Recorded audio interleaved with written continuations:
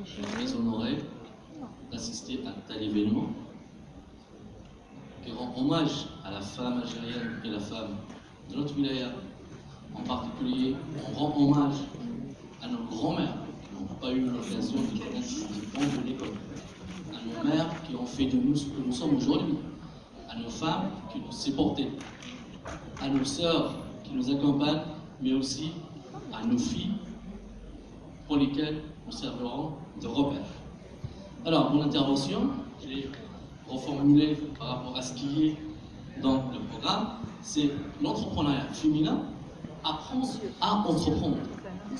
C'est Dr Yassine Madouche, maître de conférence de l'Université Zouzou.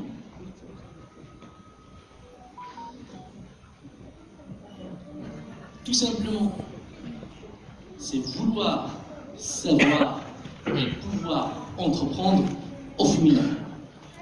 Loin de tout schéma que la femme, sa place est dans la cuisine pour certains, la femme aujourd'hui, on la retrouve dans l'éducation, dans l'université, dans l'entrepreneuriat, mais aussi dans le monde économique, et si en Algérie, et aussi ils ont fait leur preuve de réussite, même à l'étranger. Les femmes entrepreneurs font l'objet d'attention multiples de la part de tous les observateurs de la vie économique à l'échelle planétaire, avec plus de 200 millions de femmes entrepreneurs à travers le monde. Elles constituent alors une force économique sur laquelle on peut compter. Et on ne fait pas l'exception. Aussi, nous sommes dans une société, quoique à domination masculine, mais en termes de nombre, nos femmes aussi, ils sont assez compétentes, formées, elles sont dans l'éducation, dans les dossiers économiques, sur lesquels on peut compter.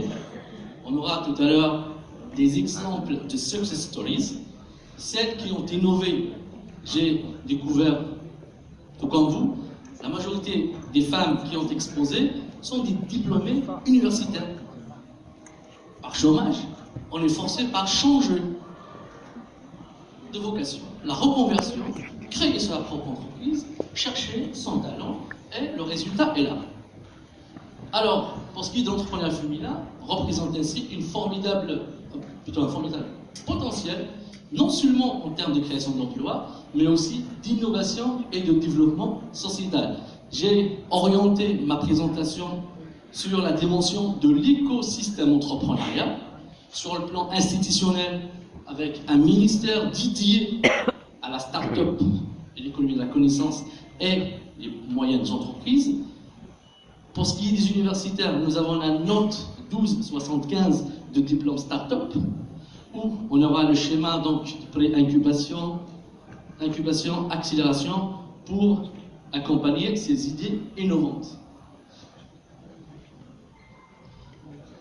Tout simplement, globalement, les femmes ne représentent encore environ qu'un tiers des entrepreneurs au niveau mondial, avec des variations importantes entre pays.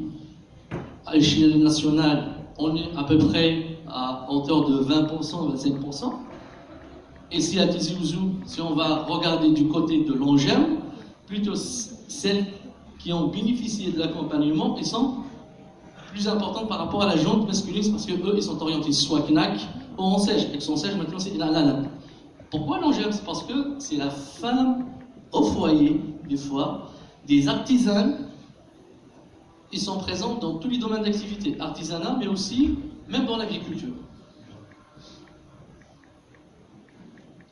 J'ai toujours commencé mes séminaires, que ce soit à l'université ou dans le monde socio-économique, par cette phrase assez remarquable de Peter Drucker dans son ouvrage L'entrepreneur, qui dit la raison d'être d'une organisation, en tout cas organisation, que ce soit à but lucratif ou à but non lucratif, c'est de permettre à des personnes ordinaires de faire des choses extraordinaires. Un jour, un étudiant me disait, monsieur, il y a une chose, chez nous c'est le contraire. Nous sommes des personnes extraordinaires qui font des choses ordinaires.